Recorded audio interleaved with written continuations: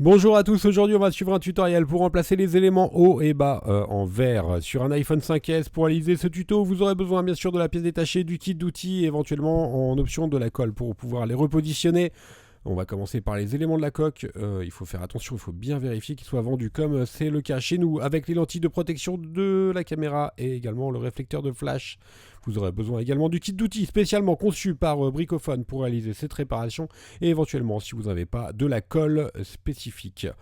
N'oubliez pas que vous bénéficiez de 10% de remise avec le code YouTube. C'est une des réparations les plus simples. Il faut compter à peu près 15 minutes et la difficulté est notée 1 sur 5 sur notre site internet. On va commencer tout de suite par le tuto.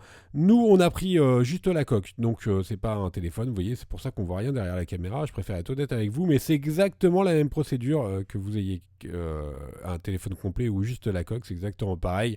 Il faut chauffer le haut du téléphone. Donc là, vous voyez le verre qui est éventuellement cassé, qu'on va remplacer. On chauffe tout simplement parce qu'il est collé, donc après on n'aura plus qu'à le décoller. On va utiliser l'outil iFlex. On va passer entre le verre, en fait c'est de la céramique, c'est pas du verre, entre le verre et le châssis, pour pouvoir le décoller. Alors quand il n'y a rien de cassé, ça pose pas trop de difficultés, et si c'est un petit peu cassé, on va y venir un petit peu après, il va falloir enlever les morceaux de verre. Voilà, pour l'élément d'origine que l'on va enlever, et celui du bas, on va faire la même opération, on va chauffer à l'aide du décapeur thermique ou d'un sèche-cheveux pendant 20 à 30 secondes, pas plus de 80-90 degrés. Voilà, on chauffe pour amollir la colle.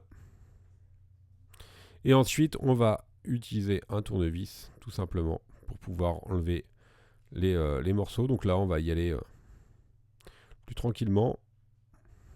Ça va partir morceau par morceau. Donc comme je vous le disais, en fait, c'est pas réellement du verre, hein, c'est de la céramique.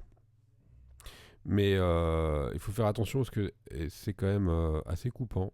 Donc bon, il n'y a pas d'éléments qui craignent en dessous, hein, donc ça pose pas de problème particulier.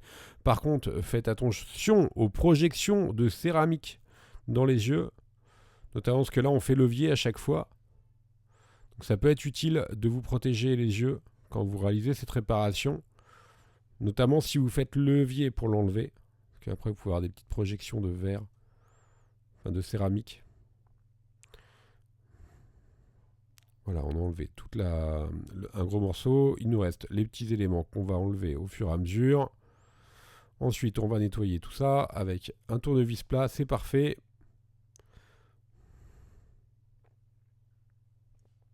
Une fois que vous avez correctement nettoyé le châssis, c'est pas très compliqué, on va utiliser la colle pour repositionner les éléments, les nouveaux éléments, d'accord.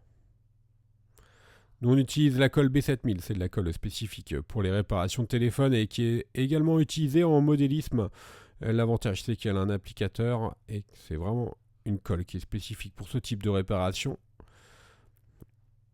Voilà, on appose notre colle sur tout le contour. Dès que vous avez un petit peu de surface plane, vous mettez de la colle sur le contour.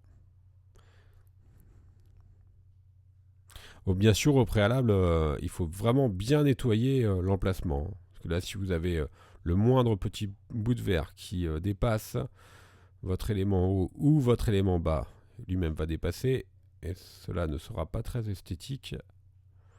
On repositionne l'élément bas. Donc vous voyez, ça doit vraiment affleurer, hein, comme à l'origine, si vous avez des petits surplus de colle. Bien sûr, on nettoie. On fait de même. En haut, on va appliquer la colle sur tout le contour. On fait attention, bien sûr, à ne pas en appliquer sur la caméra arrière.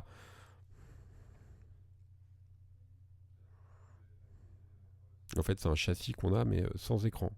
Derrière, c'est pour ça qu'on voit la transparence, mais on a bien la caméra. Ça dépend des plans de montage, en fait. On remet les éléments hauts.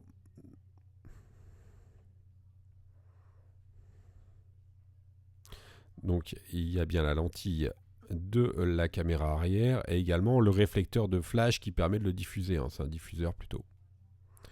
Et on applique le tout, on laisse sous presse le temps que la colle fasse son effet pendant 10 minutes. Et le tuto est maintenant terminé. N'oubliez pas que vous bénéficiez de 10% de remise avec le code YouTube sur notre site internet. On reste joignable pour nos clients par mail, par chat ou encore par téléphone. Merci à tous d'avoir suivi ce tuto et à bientôt pour de nouvelles vidéos.